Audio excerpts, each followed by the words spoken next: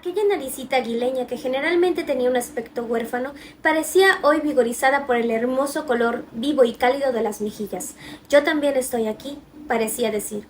En el borde carnoso de los labios, delicadamente cerrados en un tierno capullo, veíase danzar un destello de luz, y cuando estos se entreabrían para dejar paso al canto, lo hacía solo por un breve instante, tras el cual volvían a cerrarse rápidamente en su capullo.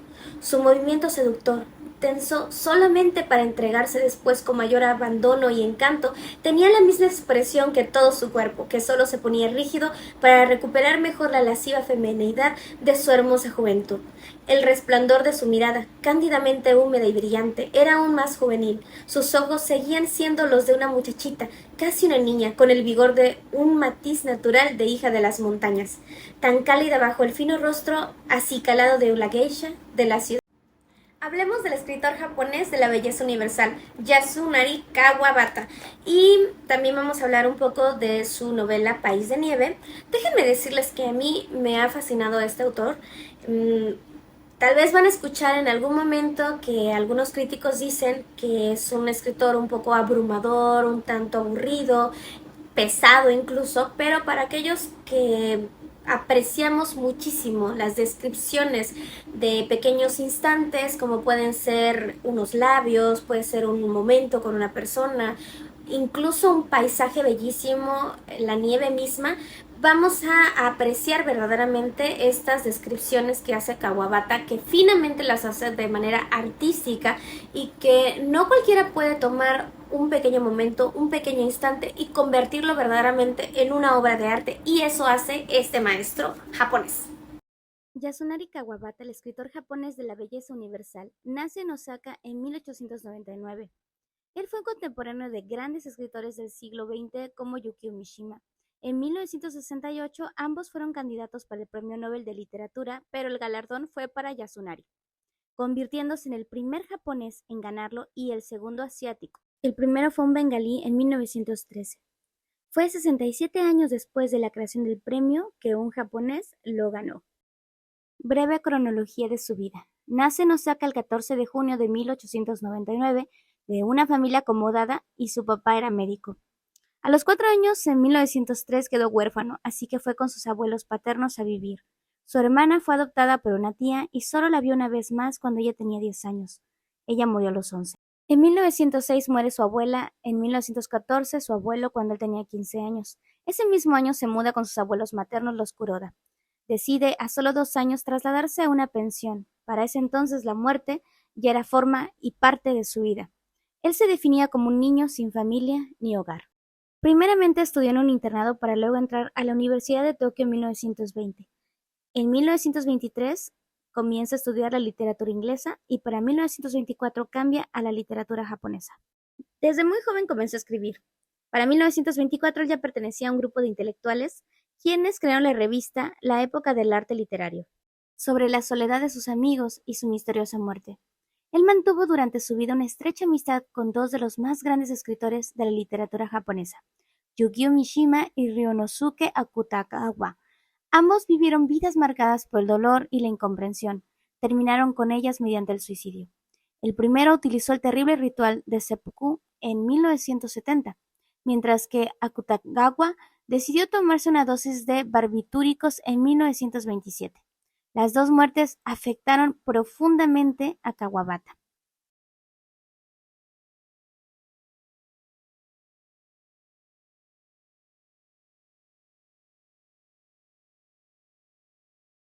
El seppuku o el ritual harakiri es un término japonés que se traduce de forma literal como cortar el estómago o eviscerar. Es toda una ceremonia y solía emplearse antes en casos de derrota, pérdida del honor o como pena de muerte. El seppuku se realizaba con la misma precisión y cuidado que la ceremonia del té, siguiendo unos pasos concretos y con una simbología preestablecida a la que se le daba muchísima importancia. El suicida vestía un kimono blanco y se sentaba en la posición tradicional frente a una persona de autoridad, normalmente su señor o quien le hubiera condenado a muerte. A su izquierda se colocaba un último trago de sake, se le permitía realizar un último legato o escribir un poema de despedida y se le entregaban las armas con las que acabaría con su propia vida. Sin dejar nota o explicación alguna, el 16 de abril de 1972, Kawabata puso fin a su vida en la ciudad de Sushi, inhalando gas tras dejar las llaves abiertas del paso de gas de su casa. Por este motivo, algunas voces, especialmente la de su viuda, indican que pudo tratarse de un descuido y no precisamente de una acción intencionada. Además, el escritor anunció en su discurso cuando recibió el premio Nobel que él estaba en completo desacuerdo con el suicidio, así que seguramente pudo ser un descuido de su parte. Además de la literatura, también se dedicó al cine. Según refiere Internet Movie Database, fue guionista y actor, y sus filmes más conocidos, Kuruta y Peji en 1926, Meiji en 1951 y La voz de la montaña en 1954. Aunque el escritor tomaba somníferos, los espíritus que lo acompañaban y lo colmaban de desolación no lo abandonaron durante su vida. Desde su juventud, Yasunari sufrió problemas de insomnio que lo mantenían despierto durante toda la noche. Eso sí, se la pasaba escribiendo y leyendo. Su obra La casa de las bellas durmientes, de 1961, es uno de los relatos más hermosos del escritor, una novela de atmósferas que reflexiona sobre la vejez, la decadencia física, el transcurso del tiempo y los recuerdos. Esta obra sirvió de inspiración para el libro Memorias de mis putas tristes de 2004, la última novela publicada por el escritor Gabriel García Márquez. Ahora hablemos de los datos generales de la obra País de Nieve. La novela se desarrolla en Niigata, que es la ciudad más grande de la costa. El tren que ahí aparece en la historia atraviesa las montañas de Gunma y Niigata.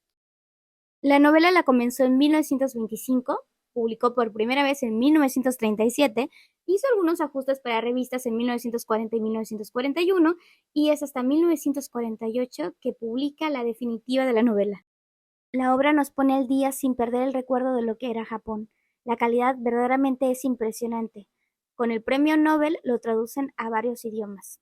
Aquí podemos ver cómo la tradición estética se ve finamente relacionado con la psicología en su narración. Vemos los fantasmas, la nostalgia por las raíces de un Japón que ya no está. En 1934 conoce a Matsui, quien fue la geisha en la que se inspiró para el personaje de Komako. La literatura japonesa contemporánea tiene toda la intención de combinar lo nuevo y lo viejo, usando los 5 sentidos, aquello que es sensorial, lo que deja huella, lo que te deja una completa sensación de nostalgia y de felicidad. Disfruté muchísimo la lectura de País de Nieve. Es una novela que te atrapa de principio a fin. Todas las descripciones que el maestro Yasunari nos regala son finamente creadas para poder apreciar la belleza. Aun cuando a veces se tilda en lo repetitivo, me parece maravilloso ver cómo prolonga estas emociones y estos sentimientos, y no te vas a arrepentir. De verdad vemos a un Shimamura apasionado, que es el personaje principal, así como una mujer bastante fuerte que es Komako y otra que se vuelve todo un misterio. Los personajes están fuertemente creados, son maravillosos los momentos que nos dan, algunas de las conversaciones que tienen entre ellos. Sin embargo, como crítica a mí no me gustaron, no me identifiqué con ellos. Lo que hace de que me encante la historia es que por lo menos me identifico un poquito con alguno, y en esta ocasión no me identifiqué con ninguno, pero aún así pienso que es una maravillosa lectura. Y bueno, también puedes leer la historia en manga. Yo lo conseguí en Amazon o bien en Mercado Libre. Vale la pena. Si te ha gustado mi contenido, no te olvides de seguirme, también compartir con tus amigos y dejar un bello comentario. Y también sígueme en mis demás redes sociales porque comparto de todo. Me puedes seguir en Instagram, aparezco como Perita Cernas L, en Facebook como Los Escritos de Perita, TikTok tengo 2, Perita Cernas y Esperanza Cernas. Si te interesa aprender sobre muchos autores, sobre literatura, sobre el contexto histórico de las novelas que más te gustan y aquellas que no conoces, entonces inscríbete a mi taller de literatura y club de lectura. Leemos un libro por mes. Hasta pronto.